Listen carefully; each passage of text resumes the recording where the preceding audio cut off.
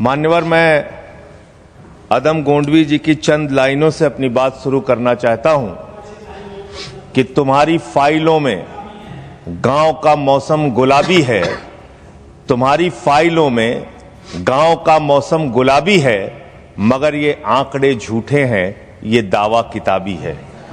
Sir, Bharat की सरकार ने जब विकसित भारत की कल्पना की है तो उस कल्पना के तहत गांव को कहां रखा है, आपके माध्यम से यह देश को मालूम होना चाहिए।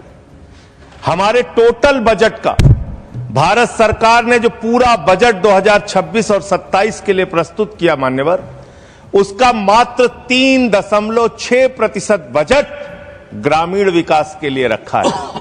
यह स्पष्ट करता है सरकार की मंशा को, यह बताता है कि ग्रामीण विकास के लिए आपकी सोच क्या है, ग्रामीण व्यवस्था को आप कैसे संचालित करना चाहते हैं, कितना विकास वहां पर करना चाहते हैं।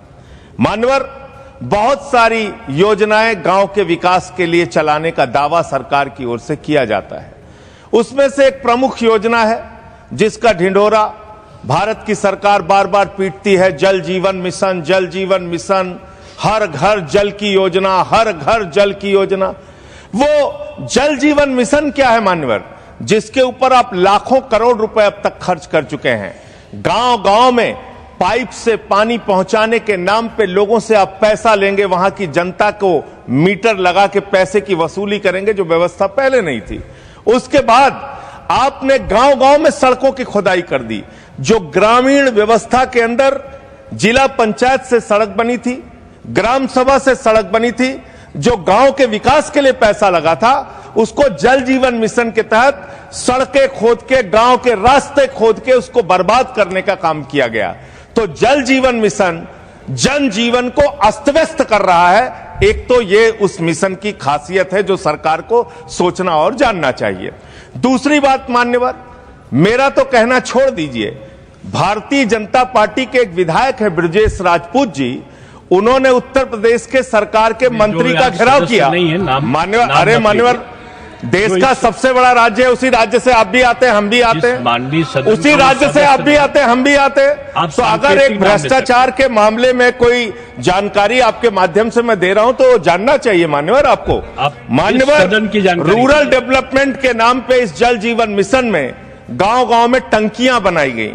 उन पानी की टंकियों की हालत जाकर देखिए। वो पानी की टंकियां उद्घाटन से पहले उजड़ जाती हैं, उद्घाटन से पहले उखड़ जाती हैं, टूट जाती हैं, गिर जाती हैं। 5-5, 10-10 करोड़ की टंकियां, पाइपलाइन जो है वो टूट जाती है। तो मैंने तो इसका मामला सबसे पहले उठाया था, तब सरकार ने हमारी बात नहीं सुनी, कई मुकदमे मेरे ऊपर उल्टा करा दिया। लेकिन इनके एक विधायक ने मान्यवर अपने ही मंत्री का घेराव कर लिया, ब्रजेश राजपूत जी ने, और बीजेपी के विधायक ने कहा कि इस योजना में जबरदस्त भ्रष्टाचार है। इसलिए ये योजना भ्रष्टाचार की भेंट चढ़ चुकी है। आज हम अपनी पार्टी लोक जनशक्ति पार्टी रामविलास और अपने पार्टी के राष्ट्रीय अध्यक्ष श्री चिराग पासवान जी की तरफ से इस विधेयक के समर्थन में बोलने के लिए उपस्थित हुए हैं। विशेष रूप से सर आभार व्यक्त करेंगे हमारे यशस्वी प्रधानमंत्री श्री नरेंद्र मोदी जी का और हमारी वित्त मंत्री श्रीमती निर्मला सीतारमण जी का, जिन्होंने एक ऐसे योजना का, एक ऐसे कानून का निर्माण किया है जो आम आदमी के आय के अधिकार के हित में है, आम आदमी के लिए एक सुरक्षा कवच के तरह ये यहाँ पे अभी आया है। आम आदमी के जीवन का क्या मोल होता है सर, ये एक एनडीए की सरकार जो है वो बहुत ही मजबूती से जानती है और उसको पुनः स्थापित करने का प्रयास करती है। पर आश्चर्य की बात यह है सर कि जब जब इस सदन में रक्षा की और सुरक्षा की बात होती है तो विपक्ष को एलर्जी होती है। जीएसटी जिसमें आम आदमी के आय की रक्षा होती है, जब उसकी बात होती है तब विपक्ष को एलर्जी होती है। अगर हम बात करें बिहार में महिलाओं की आर्थिक स्थिति को मजबूत करने की बात होती है, उनके आय की रक्षा की बात होती है, तब विपक्ष को एलर्जी होती है। अगर हम बात करें ऑपरेशन सिंदूर का, जिससे हम अपनी सीमा को सुरक्षित रखते हैं, सीमाओं की रक्षा की बात होती है, तब उनको एलर्जी होती है। और अगर हम बात करें एसआईआर का, जो लोकतांत्रिक अधिकार को मजबूत करता है, उसकी बात होती है, तब भी विपक्ष को एलर्जी है। तो समझ में नहीं आता है सर कि इनको रक्षा से एलर्जी है, लोकतांत्रिक अधिकार से एलर्जी है कि सुरक्षा से एलर्जी है। इनको सरकार से दिक्कत है, इनको आम आदमी से दिक्कत है, या इनको किसी गरीब से दिक्कत है। जब भी गरीबों के हित की बात होती है, दलित वंचित शोषित वर्ग के हित की बात होती है, तब हमेशा ये कुछ ना कुछ करके इसका विरोध करते हैं। सर, ये विधेयक जो है वो पुनर्स्थापित करता है कि जितनी गंभीर सरकार विकसित भारत एट 2047 के लिए है, उतनी ही गंभीर वो सुरक्षा बीमा हर एक इंसान को पहुंचे 2047 तक, उसके लिए भी है। हमारे सरकार की आधारशिला जो है, जो विचारधारा है, वो है रिफॉर्म, परफॉर्म और ट्रांसफॉर्म। और उसके तहत पिछले 10 साल से जो भी सुधार हुए हैं बीमा के क्षेत्र में, उसको ये विधेयक और मजबूत करता है। उसके लिए मेरे पास कुछ आंकड़े हैं। प्रधानमंत्री जीवन ज्योति बीमा योजना के तहत मार्च 2025 तक लगभग 23 करोड़ लोग शामिल हो चुके हैं और 9 लाख से अधिक परिवारों को लगभग 18,102 करोड़ रुपए के 102 करोड़ रुपए का क्लेम दिया गया है। अगर हम प्रधानमंत्री सुरक्षा बीमा योजना की बात करें तो इसमें लगभग 50 करोड़ नामांकन हुए हैं, जिसमें 23.5 करोड़ महिलाएं हैं। अगर हम अटल पेंशन योजना की बात करें तो इसमें लगभग 46,000 करोड़ रुपए का फंड जमा हुआ है। इसमें 48% जो महिलाएं हैं उनको लाभ मिला है। सर, ये पुनर्स्थापित करता है कि केंद्र सरकार बीमा के माध्यम से सबकी आय को सुरक्षित महसूस कराना चाहती है, सबके जीवन को सुरक्षित रखना चाहती है। महोदय, ये बिल सिर्फ एक घोषणा नहीं, इम्प्लीमेंटेशन का एक रास्ता है। इस बिल के कुछ प्रावधान हैं जिसको हम फिर से एक बार दोहराना चाहेंगे। इसमें FDI जो है वो 74% से बढ़ाकर 100% करने का इसमें प्रावधान है।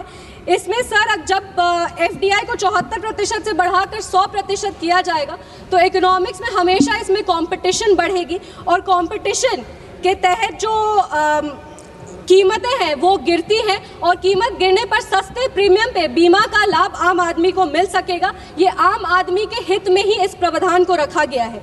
अगर हम विदेशी इंश्योरेंस का बात करें तो आपदा के समय जैसे बिहार में इसमें विदेशी री इंश्योरेंस की पूंजी को 5,000 करोड़ से घटाकर 1,000 करोड़ कर दिया है। इसमें आपदा के समय जैसे बिहार में बाढ़ आता है, ऐसे में जो छोटी छोटी बीमा कंपनियां हैं वो डूबने लगती हैं। विदेशी कंपनीज जब आएंगे तो इसमें रिस्क जो है वो बढ़ जाएगा और आपदा के समय किसान और आम आदमी का क्लेम जो है वो नहीं कटेगा। LIC को आज़ादी मिलेगी, इसमें आम आदमी को LIC से बेहतर लाभ मिल पाएगा। और क्लॉज 50 इसमें हम हाईलाइट करना चाहेंगे सर, क्लॉज 50 के तहत इस कानून की जो भाषा है उसको जेंडर न्यूट्रल भी किया जा रहा है। स्त्री और पुरुष का जो भेद है उसको कम किया जाएगा, सामाजिक न्याय को पुनर्स्थापित किया जाएगा। कीजिए मैम। बस मेरे 2 सुझाव हैं सर। हम एक महिला सांसद हैं, बिहार की महिला सांसद है। मेरा बस ये सुझाव है कि बिहार में जीविका दीदी का बहुत बड़ा एक समूह चलता है।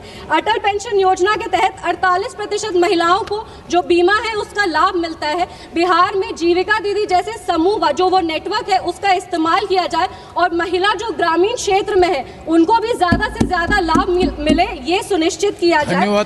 और एक और क्लॉज 93 के तहत सर, हमारा जो इंश्योरेंस पेनिट्रेशन है वो ग्लोबल एवरेज से कम है। इंश्योरेंस पेनिट्रेशन 3.7% है और ग्लोबल एवरेज 7% है। इसको बढ़ाने के लिए क्लॉज 93 के तहत जागरूकता का जो एक प्लान है वो एजुकेशन, क्लॉज 93 के एजुकेशन फंड के तहत जो स्थानीय भाषा है जैसे मैथिली, भोजपुरी, अंगिका, ऐसे में बहुत धन्यवाद श्री राजीव जागरूक अभियान चलाया जाए। बहुत बहुत धन्यवाद। जय हिंद, जय बिहार।